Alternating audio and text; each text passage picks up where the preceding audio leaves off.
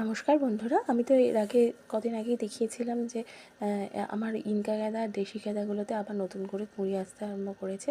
তো দেখুন সেই গাছগুলোতে দেখুন কিন্তু বেশ কিছু ফুল ফুটতে আরম্ভ করেছে এবং বেশ ভালো ফুল ফুটেছে। তবে ফুলগুলো আগের মতো বড় হয়নি, একটু ছোট ছোট ফুলগুলো হয়েছে। এইটা হচ্ছে দেশি গাঁদার গাছ, এটাতেও দেখুন অনেক ফুল ফুটেছে।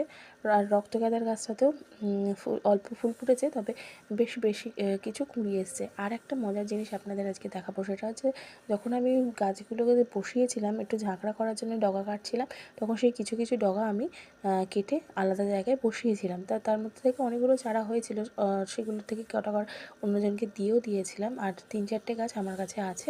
তো তার মধ্যে সেই গাছগুলোতে আবার নতুন করে এখন ফুল ফুটছে এবং বেশ কিন্তু সাইজে বড় হয়েছে। দেখুন এইগুলো সেটা।